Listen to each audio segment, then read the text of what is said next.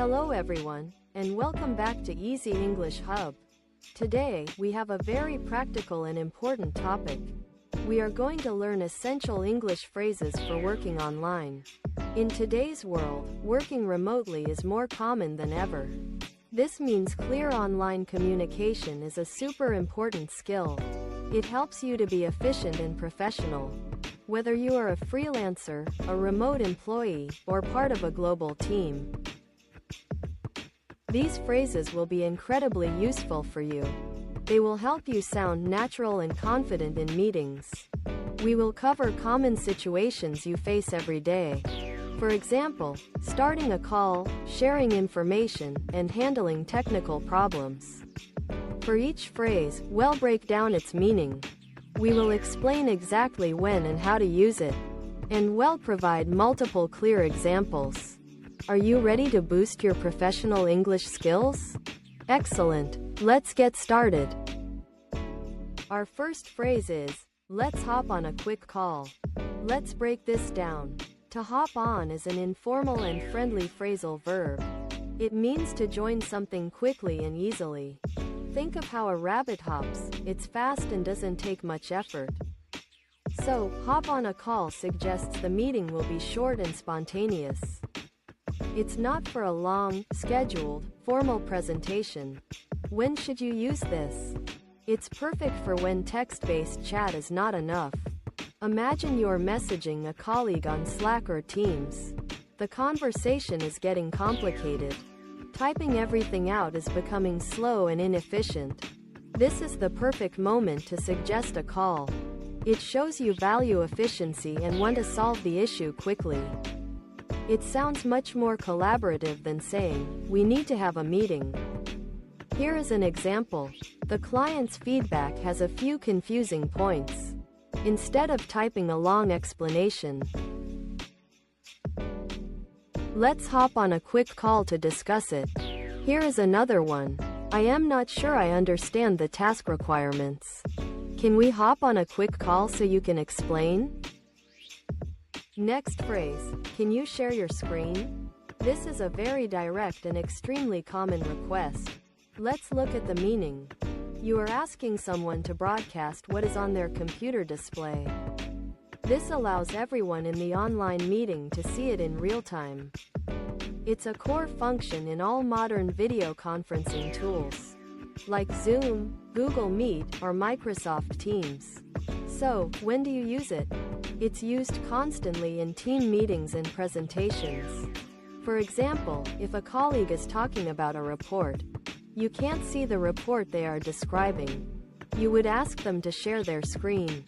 It's also essential for any kind of demonstration.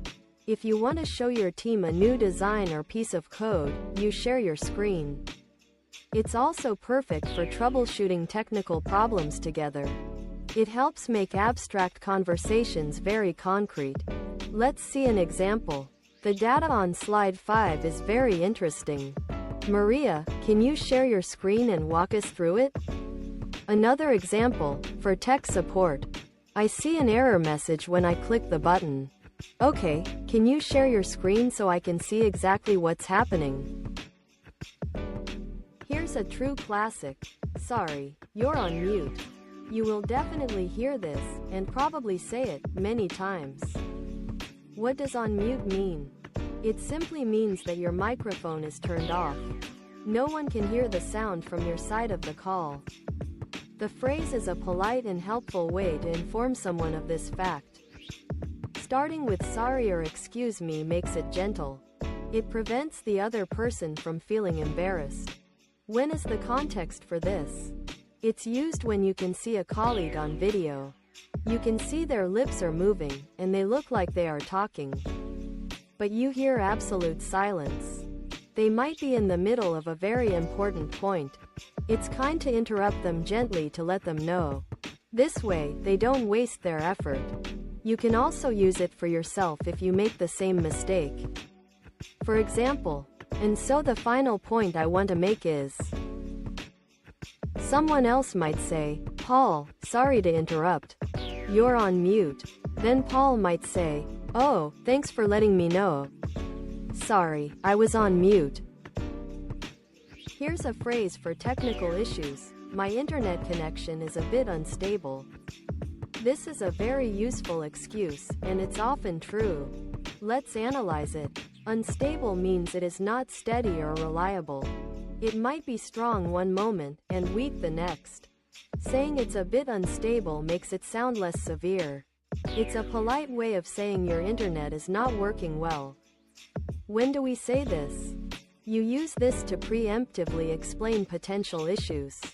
If your video starts to freeze or lag, or if your audio starts breaking up and sounds robotic, this phrase explains why you are having trouble. It lets your team know that you might suddenly disconnect or miss something. It shows you are aware of the issue and it's not your fault. It's a very common reality of working from home. Here are some ways to use it.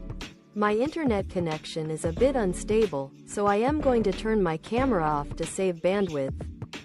That's a great proactive solution. Or, if you missed something. Sorry, could you repeat that? My internet connection is a bit unstable and you cut out for a second.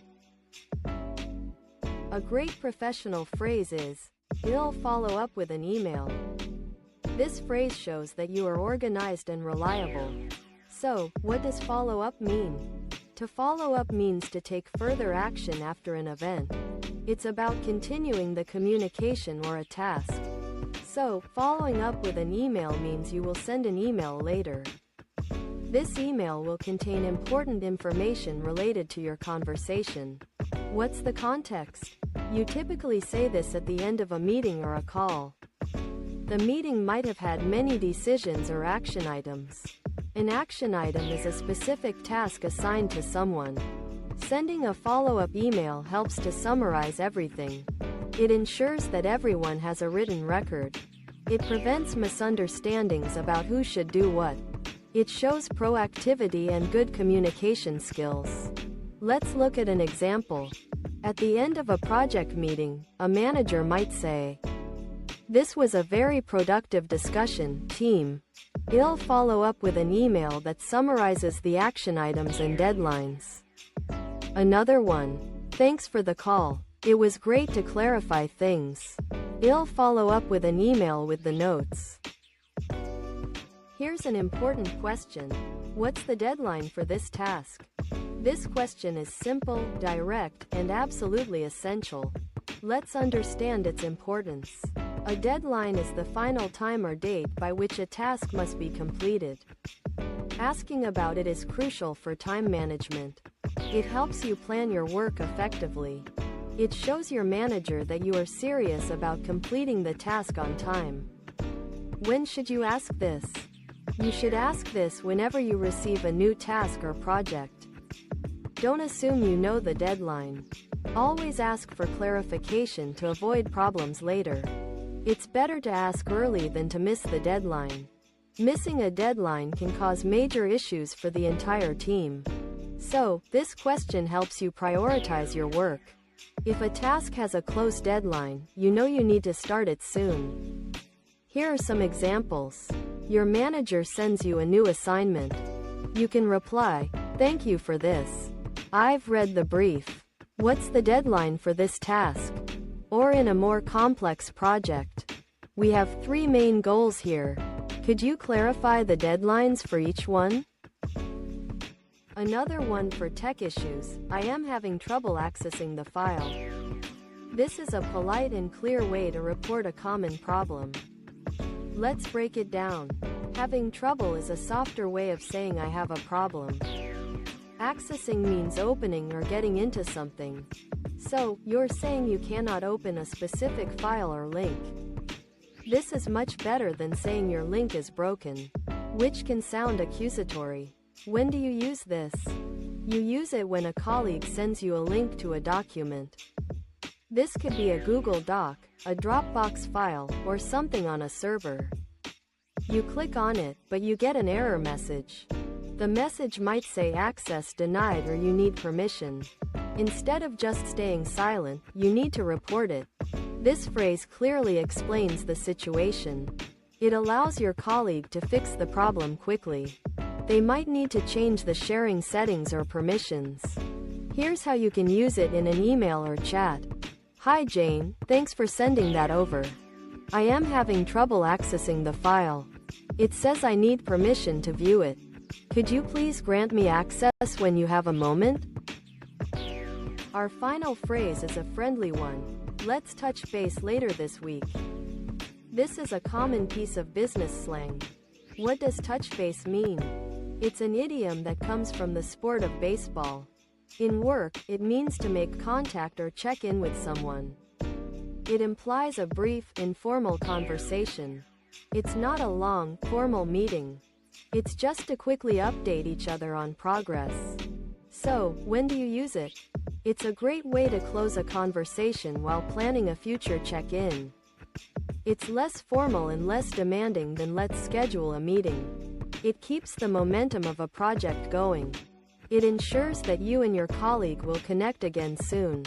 It's perfect for managing ongoing projects without having too many formal meetings. It's a very common phrase among native English-speaking colleagues. Let's look at an example. Okay, I have enough information to start working on the draft. Let's touch base later this week to see how it's going. Here is another situation. I'll speak to the client tomorrow.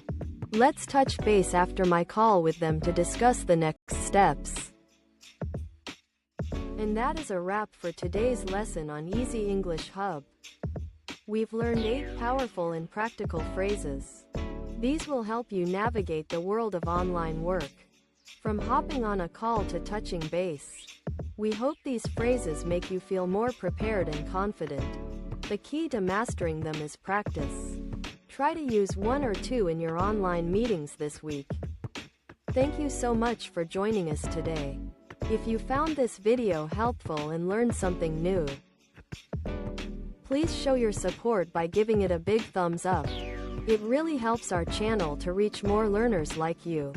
Don't forget to share it with friends or colleagues who might benefit. And most importantly, if you haven't already, please hit that subscribe button. Also, click the notification bell so you never miss a future lesson. Leave a comment below and tell us which phrase was most useful for you. We love reading your comments. Until next time, keep practicing and stay awesome. Goodbye for now.